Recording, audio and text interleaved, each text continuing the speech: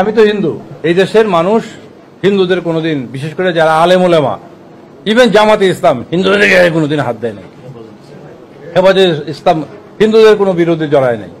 হিন্দুদের যে বিরুদ্ধে জড়ায় সেটা অর্থনৈতিক বিরুদ্ধে জড়াতে পারে, সেটা অন্য জিনিস, তার সাথে ধর্মের কোনো সম্পর্ক নাই। ভারতের এখন বেশি করে বলছি, কারণ তারা সবগুলি দল এবং বিভিন্ন মিডিয়া মিলে বাংলাদেশের বিরুদ্ধে এই চক্রান্তটা করছে।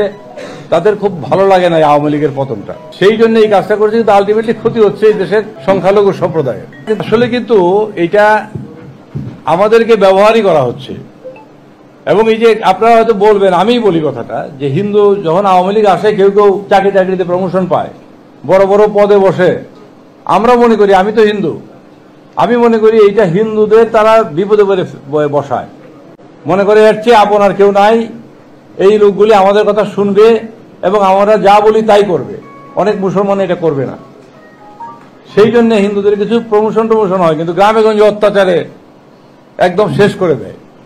এবং ওরা এসে বলতেও পারে না যে আমরা অত্যাচারিত, বলে যে না, এটা বলা যাবে না, কার কাছে বলবো। আওয়ামী লীগ যে চলে গেছে লক্ষ লক্ষ কোটি কোটি টাকা নিয়ে, এদের একটা বড় অংশ ভারতে আশ্রয় নিছে।